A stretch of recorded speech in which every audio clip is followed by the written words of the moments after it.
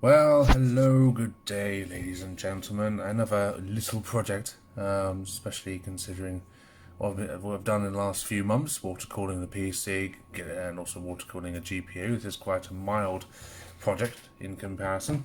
But after recommendations from a friend of mine and also further research online, I decided to try this memory kit out. It's the ViperGaming, or a Patriot ViperGaming DDR4 Extreme Performance Memory.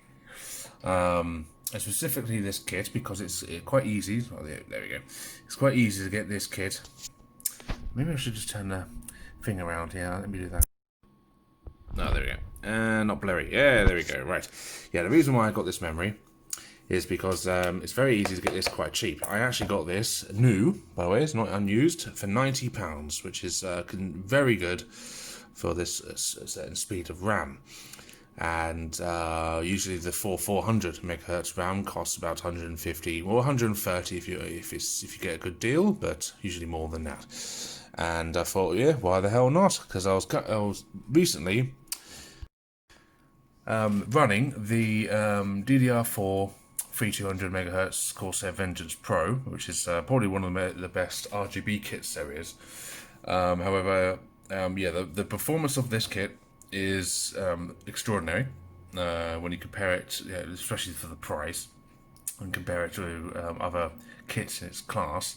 And where it really shines is actually overclocking it, but at a lower megahertz, because especially on Ryzen systems, because Ryzen's sort of sweet spot, or the total sweet spot, is 3600 megahertz. But if you're lucky enough to have a motherboard and a CPU chip, specifically a CPU chip, that can run the fabric clock at 1900 megahertz, then of course the sweet awesome spot is 3800 megahertz.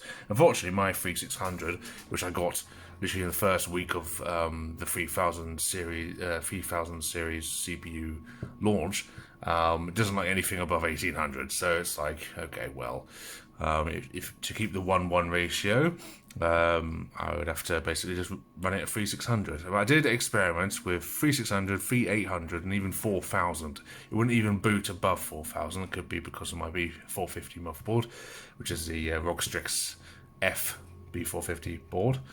But yes, to cut all the nitty grittiness out, because I've been doing trialing it here and there, because of course I've been busy with work, trialing it here and there for about 2 weeks now, actually, I would say 2-3 weeks, and to get to a certain frequency. And I found basically to come up to the summarize of everything is 3600 is just where it best performs, because of course there's this relationship between memory speed and cache latency, and you could have 400 megahertz, but if the cache latency is 20, then highly tuned like 3200, say that's really super tuned like CL12, CL13, 3200 megahertz RAM will probably be as fast, maybe even faster than the 4400, just because the cache latency is so tight. So that's where I wanted to get this, because this can run at 4133 at cache latency 19, but I'm not really interested in that, and also couldn't really achieve it either. So but yeah, I quickly looked at well, I said not quickly, over a few days testing it here and there, and performance and benchmarks and games and etc. 3800 looks nice on paper. I can get it really stable on 3800. However, it's just slower than 3600 because the cache latency can't be trimmed as much. I think I can only do CL16 or 15 if I remember rightly. And when you're at 3800, and for the fact that my fabric clock can only be at 1800, the 1:1 ratio is lost. So then, and basically, if you know anything about Ryzen systems, if you lose the 1:1 ratio, so the fabric clock always is half the speed of your RAM. So 3200, then it's 600, 1600 fabric clock, blah blah blah. Then performance takes a massive hit, and it's just not worth it in the grand scheme of things. The only way to really offset that is if you have 400 megahertz, but then crank up the fabric clock to 1900, then the raw speed gain will give you an advantage over 3800. But if you're lucky enough to have that, then fair enough, fuck it, just run it. However, the performance gain is really small. And usually those kind of memory kits and everything cost a lot of money for what you get. So, but yeah, anyway, yes, it's settled on 3600. Cache latency of 14 initially, so I'll show you the exact timings. Here we are. So yes, cache latency is 14, and then got 13, 13, 13. So I can actually trim those down. The funny thing with, I think it's just generally in Ryzen systems, is that it doesn't like odd numbers when it comes to the latency, this one here. So I tried 12, and even 12, 13, 13, 13, whatever, but it just wouldn't boot. It just will not run. Can't run that low. The 400 megahertz kit, however, can run that low if you've got a good kit. But then this is like super good timings. Managed to trim that down to 260. I discovered there was instability issues at 250 or below, so I'm going to continue running 260. Yeah, this is where I got it to at the moment. There's always room for more tuning, but of course I'm still kind of busy with work. But this, I would say, this is like comfortably 90% trimmed, you know, in terms of trial and error and stability. And of course, I care more for stability as well. And there's, of course, log Strix, blah blah, there as well. But anyway, yes. But in real world terms, of course, I'm not going to show you tons of graphs because I'm not a professional YouTuber and all that. And there's plenty of those videos out there. This is probably just good for people who run a B450 board. This is Shadow of the Tomb Raider. This is what with my old RAM, I got an average frames per second of 109. So I was quite disappointed when I stuck these kits in at the 4000 megahertz speed of only achieving 105. So I actually lost 4 frames per second out of the box. So I wasn't impressed, but I knew that basically we had to start trimming and testing and so on, and to basically cut all the in-between steps. This is where I got to with the 3600. So it goes all the way up to 120. So that's 15 frames per second faster. And if you look at the difference here, the GPU is pretty much the same. And the funny thing is, actually, in the faster time, it had a little hiccup at the start. The GPU score took a bit of a hit. Well, min anyway, but then this was actually higher in general. But the massive difference here is actually the CPU performance. Of course, faster RAM, especially Ryzen, will influence the performance of the CPU. So it's 19 added to the minimum, and then more than 50 to the max. Well, no, not more than 50, almost 50, so 45, I think that is. 45 to the max, just for faster memory. That's crazy. It's still on 3600. That's, of course, I've got the 2080 Ti, but I'm running the 3600 at the moment.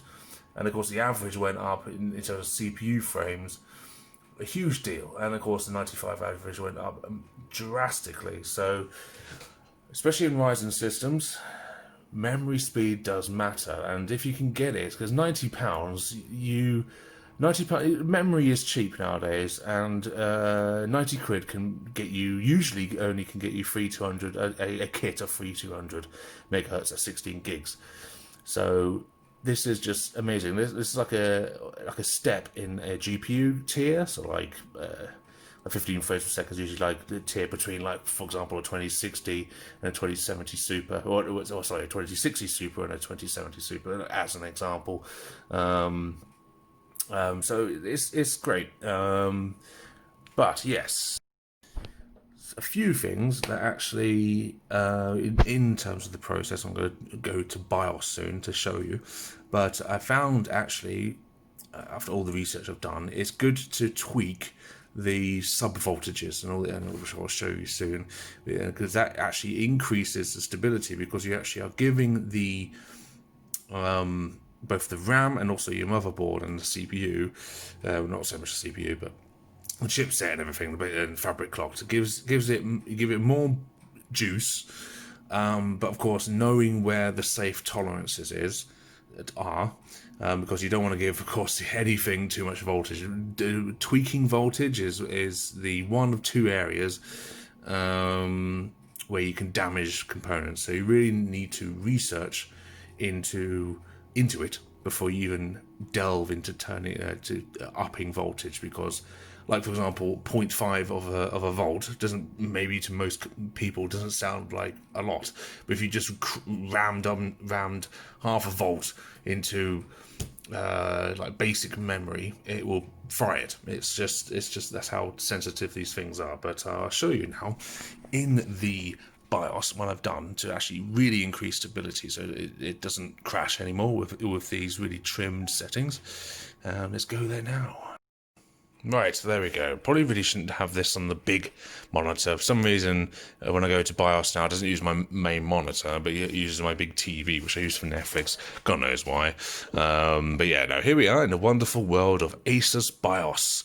Look at this, isn't it great? But yeah, of course, all the CPU stuff left on auto, because basically, cut long story short, T's are important. Overclocking, manually overclocking Ryzen is just a pain in the butt and not worth it. Just use the good old algorithms installed, and yeah, it's just much easier and more stable, actually, funnily enough. But yeah, here we go. So 3600, all the manual timings, which you saw already in the other early on in this video, all there. Blah blah blah, nothing new. All these, basically all these, you could, if you look at DRAM calculator, it actually tells you specifically what values, oh god, it's gone all blurry, there we go, what values to put in here. But actually, most motherboards on the AM4 platform are very good at just calculating what it needs. And so I turned them all of this onto auto, and yeah, stability is great. It runs. Always make sure you that. Oh yeah, and power down enabled. Always disable that. That is a function for laptops. Sorry for the sirens there. This is Northamptonshire. Sirens are a common thing. Anyway, yes, disabled because it's a power saving function, and actually that increases instability on desktops. Funny enough, well, on when you're overclocking stuff, not really on basic. But anyway, yes, to the voltage. This is why we are here, isn't it? Well, first of all, if I go, where is it? Oh yeah, go back. There we go. 1.5 volts for the DRAM. It took a lot of convincing and a lot of reading up for me to put that in and think it's going to be good, or know it's going to be good. And here's a justification. English. It's my main language, do you know? Yes, people always said the maximum you should put on DRAM is 1.45 volts. However, it actually depends on the quality of the chip. So you got Micron, you got Hynix, and Samsung B-Die. And the reason why it's 1.45 is because usually that is an average based on taking all the kits that are available out there and all different types of platforms. So it's also including like the Hynix, really early DDR4 memory, which is basic, cheap, doesn't have heat sinks, and the quality of the chips are crap. So funnily enough, a lot of those, actually the maximum voltage for them is 1.39. With B-Die, Samsung B-Die, it's actually, loads of people are, funnily enough, comfortable in running that at 1.6 volts even.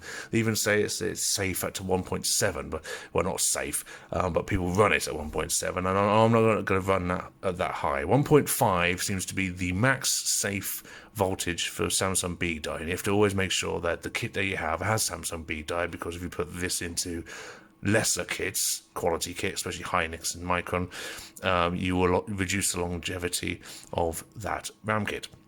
But this is coming from someone who doesn't like to tweak things too much, or push volts too high to increase the chances of stuff going fizzle dazzle.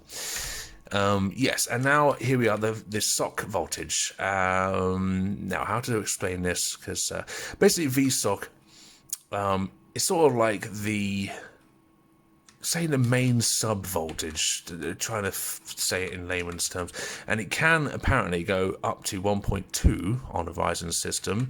However, 1.2 is if you're really cranking up a really high overclock. You don't really need to go to 1.2 unless you're overclocking 4.4 megahertz on the memory. So I put mine at 1.15 to give it more juice than the basic 1.10 or 1.05. I think it is actually the basic, but yeah, 1.15 is perfectly safe. Yeah, so and this is the reason why. Right, we're going to this is all auto. That's auto. But this is where stability was really increased on the B450. So you have to go really, and of course, it's all up to you if you want to go into these sorts of settings. It is a dangerous area. You always get warning labels because this is where you can screw your PC up if you don't know anything what you're doing. So you go to the VDDP and VDDG. For me, I put, and this is another thing, probably to warn off or scare off people who don't know hardly anything about PCs. For some reason, Ryzen, instead of using, not Ryzen, Asus, whether you were using decimal spaces in their vaults, in this special dangerous part of the BIOS, they decided to not use decimal points. So this is actually 1000 is 1 volt. It's 1000. This has a tolerance up to, I think, 1050, if I remember rightly. But I put mine at 1, dead, because it's all I needed. That's all you need at this specific overclock. And then the VDDG, this is where it is more interesting. These are the two things that really increase stability on my system with this overclock of RAM and so forth. And as you can see, actually tells you the description at the bottom. These two values can go up to but not exceed the SOC, the VSOC voltage, and after tinkering here and there, this is where I found that my voltages, basically the stability of the system and the voltages are co-linked, whatever. So yeah, 1150, that's exactly where the VSOC is, so cranking it up all the way up for what it needs, and 1050 for that. So yeah, but of course, feel free. Of course, this guy read a lot, or watch a lot of videos of Bazoid, I think his name is. Yeah, he's always good at describing what these voltages are in depth. But of course, if you just Google all these two voltages settings, then there's loads of information online. So that's all it changed. Everything else is like most of this stuff I don't really know about. And of course, you got all this, but this I set in the main settings. But yeah, that's how I achieved such a good, very good overclock on this very decent memory kit for only £90. And a lot of these settings running at this speed at such a low cache latency, you have to spend £200 to £300. It wasn't too long ago anyway, since you had to spend that much. But with 90 quid, boom, this is a kick-ass memory kit. Yeah, sorry, that's a massive amount of words out of my mouth. But maybe this will prove useful to someone. Trying to think of anything else I changed really. Oh yeah, I left these two on auto for now, but I might tinker with these. I did have these on high and also medium, but I'm leaving them on auto because I didn't like how the voltages on my CPU were running a tad high. So I'm going to leave it on auto for now. And also the boost clock went down to 4.1 instead of 4.2 when I had these on high with my 3600 Ryzen 5 3600. But yeah, so stability is great at the moment, and the speed of this memory is super quick. But always remember that this speed is not the do-all and the do-all end all. It is how fast that is, and the best way to describe it is like you got like for example this kit at this speed Very blurry speed. There we go. It's like Usain Bolt, but at that speed at Clash Latency CL19 is like Usain Bolt doing the Olympics in slippers. That speed at CL19. When it's like 3600 at Clash Latency, was it 40? Yeah, 14, 13, 13, 13. Yeah, it's when you put on good old running trainers and stuff. So so that is not the important bit. And as you can see from the previous performance slides, I guess you would say, yeah, cache latency and fast memory is Ryzen's best friend. And probably Intel as well. Well, it's a friend to Intel, but it's a best friend of Ryzen. And actually is much more worth overclocking in memory than, of course, a Ryzen chip. Because it's just a pain in the ass, and you don't get much for it. For overclocking your CPU on a Ryzen system, it's just the name of the game, unfortunately. So yeah, done it. Oh, and this is how it looks.